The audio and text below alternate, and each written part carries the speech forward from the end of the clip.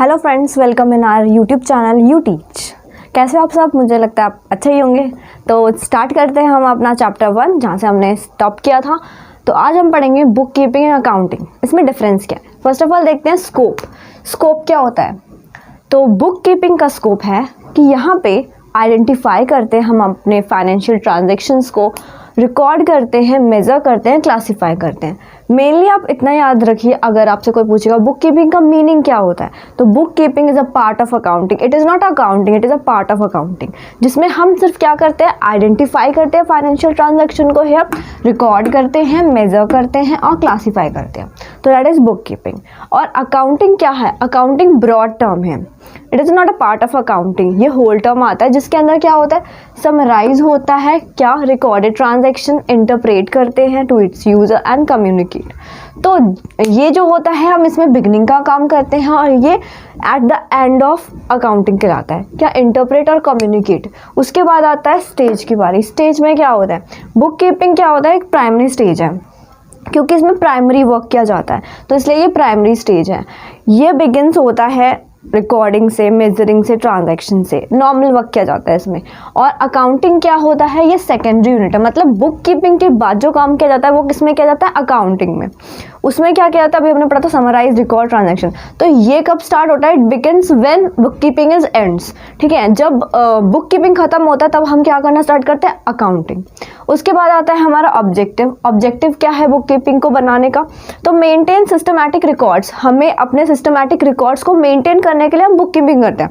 मान लीजिए अगर किसी ने अपना पूरा मतलब कंपनी चला रहा है पर उसके पास रिकॉर्ड ही नहीं है, और जो रिकॉर्ड है भी तो वो कुछ के हैं कुछ के नहीं है। पर जब उसको अपना कुछ काम पड़ेगा, जैसे कि उसे सेल और करना है, उसको प्रॉफिट असरटेन करना, तो उसमें उसे बहुत सारी प्रॉब्लम्स होगी क्योंकि उसके पास एक्चुअल रिजल्ट नहीं है। तो वो किसके थ्रू होता है, बुक कीपिंग के। बुक कीपिंग का काम क्या होता है, ये हमारे जितने भी फाइनेंशियल ट्रांजेक्शन है सारे रिकॉर्ड को मेंटेन करके रखता है। और अकाउंटिंग हम क्यों करते हैं, हमने रिकॉर्ड तो मेंटेन कर दिया, अब उसका रिजल्ट तो पता करना पड़ेगा कि प्रॉफिट आया कि लॉस आया। तो असरटेन नेट रिजल्ट, जब हम नेट रिजल्ट निकालते हैं अपना, तो वो किसके थ्रू निकालते हैं, अकाउंटिंग के थ्रू। तो ये दोनों ही हमारे लिए बहुत ज़्यादा ज़रूरी है। उसके बाद आता है नेचर ऑफ जॉब। अब बुक कीपिंग में किस तरीके का नेचर है जॉब का, तो ये रूटीन नेचर है, मतलब कि रूटीन वाइज, मतलब डेली वर्क में, डेली ऑपरेशंस में हमारा ये मैंडेटरी है। और ये क्या है, analytic and dynamic work. Analytic dynamic work which means कि ये जो है नॉर्मल वर्क में नहीं आता है, इसको स्टैंडर्ड वर्क में आता है। इसमें बहुत सारी चीज़ें होती हैं, जैसे इनकम स्टेटमेंट बनाना, प्रॉफिट एंड लॉस अकाउंट बनाना, बैलेंस पोजीशन बनाना। तो ये सब किसके बाद आता है, बुक कीपिंग के बाद। इसीलिए इसमें एनालिटिकल वर्क किया जाता है, जिसके थ्रू हम एनालाइज कर सकते हैं कि हमारी कंपनी ग्रोथ में जा रही है या फिर अभी उसका ग्रोथ नहीं हो रहा है। तो ये किसके थ्रू होता है, एनालिटिकल एंड डायनेमिक के थ्रू। उसके बाद बात करते हैं परफॉर्मेंस का। परफॉर्मेंस क्या होता है, परफॉर्मेंस मीन्स कि यहाँ पे रूटीन वर्क होगा। तो आप इससे ही सपोज कर सकते हो कि अगर यहाँ पे रूटीन वर्क हो रहा है, डेली ऑपरेशन, तो डेली ऑपरेशन जूनियर स्टाफ को सौंपा जाता है इन कंपनी। तो ये किस में जाता है, जूनियर स्टाफ करते हैं इसके परफॉर्मेंस। और इसकी परफॉर्मेंस कौन हैंडल करता है, senior staff, because they have knowledge about कैसा हमने मैनेजमेंट करना चाहिए, हमें अकाउंटिंग कैसी प्रिपेयर करनी चाहिए जिससे कि हमारा ग्रोथ में चले और हमें कुछ भी आगे जाके प्रॉब्लम ना हो, लॉस ना हो। उसके लिए क्या बनाना चाहिए, तो उनके लिए decision making, thinking and overall किसके ऊपर जाता है, सीनियर स्टाफ के थ्रू। और इनका ज़्यादा वर्क नहीं होता, सबसे ज़्यादा इंपॉर्टेंट किसका वर्क होता है, सीनियर स्टाफ का। उसके बाद आता है हमारा स्पेशल स्किल्स। तो बुक कीपिंग की स्पेशल स्किल्स क्या है कि इसमें कोई स्पेशल स्किल मैंडेटरी है, यानी कि जूनियर स्टाफ नॉर्मली वर्क करेंगे, उनको ये नहीं देखना कि उनके पास कोई स्पेशल स्किल है कि नहीं, कि वो क्या काम कर सकते हैं। नॉर्मल वर्क जैसे आता है वो जूनियर स्टाफ में जाएगा और इसमें कोई भी स्किल्स मैंडेटरी नहीं होती, पर इसमें स्पेशल स्किल रिक्वायर होती है। इसीलिए ये काम किसको दिया जाता है, सीनियर स्टाफ को। स्पेशल स्किल्स में जैसे कि अगर आपका अकाउंट जो आपने बनाया, फाइनेंशियल पोजीशन, वो घाटे में जा रही है, तो मैनेजर जो है वो सीनियर स्टाफ में आ रहा है और उसका काम क्या है कि वो जो है आपका जो फाइनेंशियल पोजीशन है उसको अच्छा दिखाएगा। अगर वो खराब में जा रहा है तो उसे ठीक करेगा, घाटे में जा रहा है तो उसको मुनाफे में लाएगा। तो ये सब काम कौन कर सकता है, सीनियर स्टाफ। कोई नॉर्मल स्किल्स वाला इंसान ऐसा बिल्कुल नहीं कर सकता, इसीलिए इसमें स्पेशल स्किल्स मैंडेटरी है। तो ये है आपका बुक कीपिंग, अकाउंटिंग है, बस देख लें। तो यहाँ पे आप देख सकते हैं कि अकाउंटिंग के ऑब्जेक्टिव्स क्या क्या हैं, एडवांटेजेस क्या क्या हैं और लिमिटेशन क्या क्या है। फर्स्ट ऑफ ऑल हम देखते हैं ऑब्जेक्टिव के बारे में। अकाउंटिंग के ऑब्जेक्टिव क्या क्या होते हैं। तो यहाँ पर मैंने आपके 6 ऑब्जेक्टिव्स लिखे हैं अकाउंटिंग के। सबसे पहले हमारा recording of financial transaction, FT financial transaction है। रिकॉर्डिंग ऑफ फाइनेंशियल ट्रांजैक्शन, तो फाइनेंशियल ट्रांजैक्शन को रिकॉर्ड करते हैं अकाउंटिंग में, जो कि हमने पहले ही पढ़ रखा है, ठीक है। In the terms of money, monetary terms में रिकॉर्ड करते हैं। दूसरा आता है हमारा determine profit and loss. Accounting के थ्रू हम प्रॉफिट और लॉस डिटरमाइन कर सकते हैं कंपनी का इजीली, यानी कि इसमें इनकम स्टेटमेंट बनती है और बैलेंस शीट बनता है, फाइनेंशियल पोजीशन निकाल सकते हैं हम। उसके बाद बात करते हैं, जैसा कि मैंने बताया फाइनेंशियल पोजीशन, तो determine financial position, profit and loss निकाल सकते हैं इसमें, फाइनेंशियल प्रोविजन, इसका मतलब बैलेंस शीट, ठीक है। हम बैलेंस शीट बना के और हम देख सकते हैं कि हमारे एसेट्स इस बार कितने हुए और लाइबिलिटीज़ कितनी गई हमारी, तो इसमें हम आराम से फाइनेंशियल पोजीशन डिटरमाइन कर सकते हैं। उसके बाद आता है हमारा assisting the management. Assisting the management simply meaning क्या है कि मैनेजमेंट की सहायता करना, असिस्ट करना मैनेजमेंट को। तो हम कैसे प्रोवाइड करेंगे हेल्प मैनेजमेंट को? By providing actual information about the accounting. तो अकाउंटिंग के बारे में इंफॉर्मेशन यानी कि प्रॉफिट एंड लॉस यानी कि income statement, financial position provide करेंगे मैनेजर्स को, जिससे कि वो पता लगाए कि कितना लॉस में जा रहा है, कितना प्रॉफिट में जा रहा है। इससे उन्हें हेल्प मिलेगी और उन्हें क्या कर सकते हैं हम, अगर हम असिस्टिंग मैनेजमेंट करेंगे तो उससे क्या फ़ायदा होगा उनको? डिसीजन मेकिंग का फ़ायदा होगा। वो डिसीजन मेक कर सकेंगे कि आगे हमें किस तरीके से चलना है, किस तरीके से हमें कितना पैसा लगाना है, कितना परचेज करना है, कितना सोल्ड करना है, ठीक है।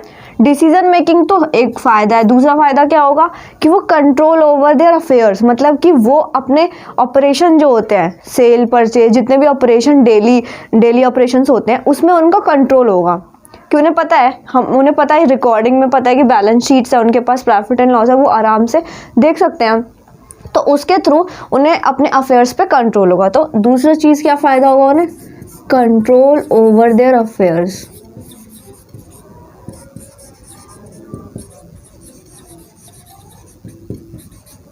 ठीक है। नेक्स्ट है फिफ्थ पॉइंट। फिफ्थ पॉइंट में क्या है? Communicating accounting information to user. अब अगर हम हेल्प कर रहे हैं मैनेजमेंट को तो हम उसे कम्युनिकेट भी करेंगे, अगर उन्हें एक्स्ट्रा नॉलेज चाहिए होगी कि हाँ आपने ये किया, ये क्यों किया, तो इसलिए हमें कम्युनिकेट करना पड़ेगा अपने अकाउंटिंग इंफॉर्मेशन को यूज़र से। कम्युनिकेट करने से फ़ायदा क्या होगा कि पर इंडिविजुअल कंपनी में काम करने वाले जितने भी वर्कर्स हैं उनको अपनी अपनी इंफॉर्मेशन मिलती रहेगी। अपनी अपनी इन्फॉर्मेशन कैसे मिलती रहेगी? जैसे कि एक वर्कर है, उसे अपना सैलरी पता करना है कि हाँ मेरी अगले साल की सैलरी ठीक रहेगी कि नहीं, तो उसके हिसाब से उसको नॉलेज देंगे। अब मैनेजर है, मैनेजर को जो नॉलेज चाहिए हम उसे वो नॉलेज देंगे। तो हर किसी को कम्युनिकेट करते रहना ज़रूरी होता है। उससे क्या पता चलता है? उससे पता चलता है कि हर किसी को अपनी रिक्वायरमेंट नॉलेज मिल रही है, कि वर्कर को जो नॉलेज चाहिए वो उसे मिल रही है। तो इससे जो है हमारा परफॉर्मेंस डेवलप होते रहता है। तो इसीलिए कम्युनिकेट करना भी बहुत ज़रूरी है। उसके बाद आता है हमारा sixth point, protecting business it's really mandatory points. क्योंकि प्रोटेक्टिंग बिजनेस एसेट्स में क्या होता है, अगर आप कंपनी इस्टेब्लिश कर रहे हो, वर्क कर रहे हो, सब कुछ अच्छा चल रहा है, पर आपने रिकॉर्ड ही नहीं किया है कि बिजनेस एसेट्स मैंने कितने परचेज करते हैं, फिक्स्ड एसेट्स कितने परचेज किए, कुछ रिकॉर्ड ही नहीं किया मैंने, तो फिर मुझे क्या फ़ायदा होगा? कोई फ़ायदा नहीं होगा। अगर किसी ने आपका कंपनी पे कुछ रिपोर्ट कर दिया, क्लेम कर दिया एट द कोर्ट, ठीक है, स्यू कर दिया कि ये कंपनी जो है फ्रॉड है, ये बस ऐसे ही काम कर रही है, तो आपको रिकॉर्ड होना चाहिए हर चीज़ का, हर इन्फॉर्मेशन ट्रांजैक्शन का। और सबसे मैंडेटरी जो भी आपने फिक्स्ड एसेट स्टार्टिंग में परचेज किए हैं, किस लिए? कंपनी को स्टार्ट करने के लिए, पूरा टाइम उसके साथ वर्क कराने के लिए। आपके पास अगर एसेट्स का ही रिकॉर्ड नहीं है कंपनी में, इसका मतलब तो यही हुआ कि आपकी कंपनी फ्रॉड है। तो आपको अगर रिकॉर्ड रहेगा तभी तो आपके एसेट्स जो है वो प्रोटेक्ट हो पाएंगे। तो प्रोटेक्टिंग बिजनेस एसेट्स का मेनली मीन है कि आपको रिकॉर्ड रखना है अपने फाइनेंशियल ट्रांजैक्शन, अपने फिक्स्ड एसेट्स, हर चीज़ का रिकॉर्ड रखना है, जिससे कि आपका जो बिजनेस है वो प्रोटेक्ट हो सके, आपके एसेट्स प्रोटेक्ट हो सके। उसके बाद बात करते हैं हम एडवांटेजेस का। अब अकाउंटिंग की एडवांटेजेस भी होती है, तभी तो लोग अकाउंटिंग में ज़्यादा प्रेफर करते हैं। तो एडवांटेजेस देखते हैं। फाइनेंशियल इंफॉर्मेशन अबाउट बिजनेस, मतलब कि फाइनेंशियल इंफॉर्मेशन को रिकॉर्ड करना जिससे कि बिजनेस में हो रही सारी चीज़ें पता चल सके। तो फाइनेंशियल इंफॉर्मेशन को रिकॉर्ड करना जिससे कि बिजनेस ग्रोथ कर सके। दूसरा पॉइंट आता है हमारा असिस्टेंस टू मैनेजमेंट। आपको कॉमन पॉइंट लग रहा होगा क्योंकि हमने ये पढ़ा था एट्रीब्यूट्स ऑफ अकाउंटिंग में भी, उसमें भी सेम ही था और इसमें भी यही है। इसमें भी जो हमने एट्रीब्यूट्स में पढ़ा था, क्या पढ़ा था, आइडेंटिफाई फाइनेंशियल ट्रांजेक्शंस। तो उसमें क्या पढ़ा था कि वही फाइनेंशियल ट्रांजैक्शन आइडेंटिफाई करना, मेजर करना और रिकॉर्ड करना। तो वही सेम चीज़ इस वाले पॉइंट में भी आती है कि फाइनेंशियल इन्फॉर्मेशन अबाउट बिजनेस मतलब फाइनेंशियल इन्फॉर्मेशन को आइडेंटिफाई करो और रिकॉर्ड करो। उसके बाद आता है हमारा assistance to management. Assistance to management में क्या है, यहाँ पे भी अभी हमने यही वाला पॉइंट पढ़ा, असिस्टिंग टू मैनेजमेंट, ठीक है। तो ये सेम ही पॉइंट है, इसमें कुछ नहीं है, मतलब कि मैनेजमेंट को असिस्ट करना, इस तरीके से असिस्ट करना कि उन्हें डिसीजन मेकिंग में जो है अच्छी सहायता मिल सके और दूसरी चीज़ वो अपने अफेयर्स पे कंट्रोल कर सके। तो ये हो गया आपका असिस्टेंस टू मैनेजमेंट। उसके बाद आता है रिप्लेस मेमोरी। अब ये रिप्लेस मेमोरी नया टर्म लग रहा है, तो रिप्लेस मेमोरी होता क्या है।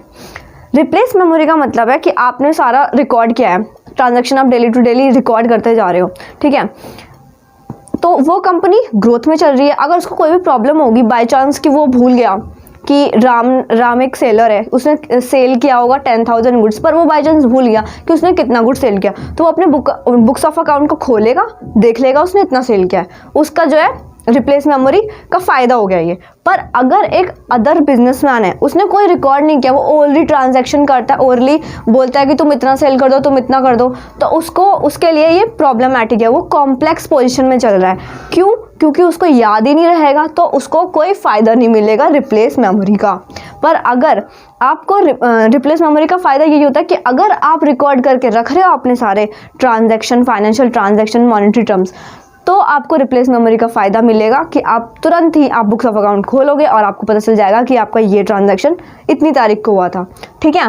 तो ये रिप्लेस मेमोरी का फ़ायदा है कि आपको हर एक चीज़ याद रखने की कोई ज़रूरत नहीं होगी। अगर आपका माइंड से भूल गए हो तो आप आराम से बुक्स ऑफ अकाउंट से चेक कर सकते हो, ठीक है। उसके बाद बात करते हैं facilitate settlement of tax. Facilitate settlement of tax liability which means कि आपने रिकॉर्ड किया, ट्रांजैक्शन सब कुछ ठीक चल रहा है, तो आपको आइडेंटिफाई रिकॉर्डिंग ट्रांजैक्शन है और आपने देखा कि हाँ उस पर इतना लोन लग रहा है, इस पर इतना लोन लग रहा है, तो आप आराम से अपने लोन्स भी सेटल कर सकते हो। टैक्स लायबिलिटी, वैट हो गया आपका, ठीक है, इनकम टैक्सेस हो गए, तो वो सारे आराम से सेटल हो सकते हैं। फैसिलिटेट्स लोन्स का भी सेम वही है। अगर आपका पोजीशन जो है बिजनेस का, प्रॉफिट एंड लॉस अकाउंट बहुत ही अच्छा चल रहा है, ठीक है, आपकी पोजीशन बहुत अच्छी है कंपनी की, तो कोई भी बैंक्स, फाइनेंशियल इंस्टीट्यूशन आपको आराम से लोन्स दे सकता है। पर अगर कोई कंपनी है वो बहुत घाटे में चल रही है, तो क्या वो उसे लोन देगा? नहीं देगा, क्योंकि वो इंस्टीट्यूशन ऐसा सोचेगा, वो खुद ही जंप करके रखेगा इंस्टीट्यूशन कि अगर ये घाटे में चले तो क्या है, ये मुझे दोबारा दे पाएगी, ठीक है। तो इसीलिए ये जो है लोन्स, बैंक इंस्टीट्यूशन वो उसी कंपनी को ज़्यादा लोन प्रोवाइड करता है जो कि ग्रोथ में चल रही हो। उसके बाद बात करते हैं facilitates comparative study. Facilitated comparative study का मतलब है कि कंपेयर कर सके 1 ईयर रिजल्ट को अदर दूस रिजल्ट्स, मतलब कि 1 साल के रिजल्ट को और सालों के रिजल्ट से कंपेयर कर सके फाइनेंशियल स्टेटमेंट्स को, कि इस साल मुझे इतना प्रॉफिट हुआ, अगले पिछले साल तो मुझे इतना प्रॉफिट हुआ था, तो इस साल मुझे कितना इन्वेस्ट करना चाहिए, ठीक है। तो इससे क्या होगा, हम कंपेयर कर पाते हैं 1 साल के रिजल्ट को और साल के रिजल्ट से। इससे हमें फ़ायदा ये होगा कि आगे हमें क्या करना चाहिए, डिसीजन मेकिंग में बहुत फ़ायदा होता है। किससे? फैसिलिटेट्स कंपैरेटिव स्टडी से। उसके बाद बात करते हैं फैसिलिटेट्स सेल ऑफ बिजनेस। अब कोई कंपनी है, उसने सोचा कि मेरे को एक नई कंपनी स्टैब्लिश करनी है इस वाली कंपनी को सेल करने के बाद, ठीक है। तो अब उसे कंपनी सेल करनी है, जैसा मान लेते हैं उसे उसकी कंपनी है, ठीक है, रिलेटेड टू फर्नीचर है, फर्नीचर से रिलेटेड कंपनी है, तो उसे वो कंपनी सेल करनी है। तो सबसे पहला उसको क्या पता लगाना पड़ेगा कि उसने जब ये कंपनी स्टैब्लिश की थी तो कितने में परचेज़ किया था, उसने इस कंपनी को क्या क्या चीज़ें परचेज़ करा था और कितना सामान लगा था, क्या कॉस्ट था, उसको कॉस्ट सबसे पहले मैंडेटरी है। तो कॉस्ट जानने के लिए क्या करना पड़ेगा, in the books of account जाना पड़ेगा। अगर उसने पूरा बिजनेस, पूरा कंपनी ओरली ऐसे ही बिना रिटन डॉक्यूमेंट के चलाया होगा, इसका मतलब तो उसको बिल्कुल बहुत प्रॉब्लम होगी जानने में कि उसका कॉस्ट क्या था स्टार्टिंग। पर अगर उसने सब कुछ रिकॉर्ड करके रखा होगा तो वो क्या करेगा, आराम से पता लगाएगा, हाँ इतना परचेज कॉस्ट था, अब मुझे सेल किस कॉस्ट पे करना चाहिए, मार्केटिंग वैल्यू देखेगा और बोलेगा हाँ मुझे इस कॉस्ट पे सेल करना चाहिए। तो ये किसका फ़ायदा है? Facilitate sale of business. ये भी एडवांटेज है अकाउंटिंग का कि अगर आप सारा कुछ रिकॉर्ड करके बुक्स ऑफ अकाउंट में रखते हो तो आपको फैसिलिटेट सेल ऑफ बिजनेस का फ़ायदा मिलेगा, वरना नहीं। उसके बाद आता है हमारा लिमिटेशन। अब हमने एडवांटेज देख लिए, ऑब्जेक्टिव्स देख लिए, अब बात करते हैं हम लिमिटेशन की। तो लिमिटेशन क्या होता है? सबसे पहला लिमिटेशन है हमारा accounting is not fully exact.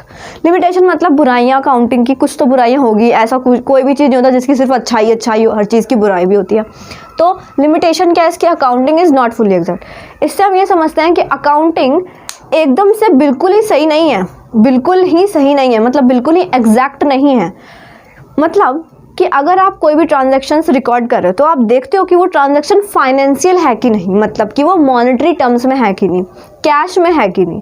अगर वो पैसों में है तभी हम उसे रिकॉर्ड करेंगे, अगर वो पैसों में नहीं है, मतलब कि जैसे कि कोई भी नॉर्मल चीज़ हो गई, बैड डेप्स हो गया आपका, ठीक है, डेप्रीशिएशन जो हम करते हैं वो किस पे होते हैं? हमारे अजम्पशन पे होती है कि हाँ हम इतना अजम्प्स करके रखते हैं, हाँ मेरे को इस बार इस इंसान से इतना बैड डेप्ट होगा, ठीक है, राम ने मेरे से 6,000 रुपये लिए, उसे मेरे को लौटाने थे, तो टाइम लिमिट उसने दिया मुझे कि हाँ मैं इतने में दे दिया, भले ही उसने रिसिप्ट में दिया मुझे time limit in written document, पर टाइम भी तो अजम्पशन में, ज़रूरी तो नहीं है वो 3 महीने के अंदर ही, 1 साल में भी वो पैसे लौटा सकता है।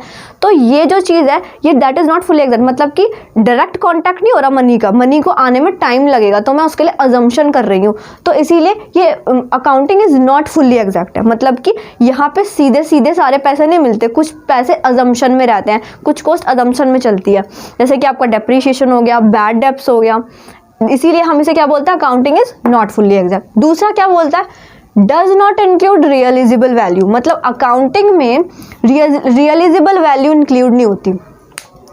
रियलाइजेबल वैल्यू का मतलब क्या होता है यहाँ पे कि जो हमारी अकाउंटिंग है उसमें बहुत सारी चीज़ें ऐसी होती है जिसको कि हम थोड़ा वैल्यू चेंज करके लिखते हैं, जिससे कि हमारा जो अकाउंटिंग है वो अच्छा दिखा सके।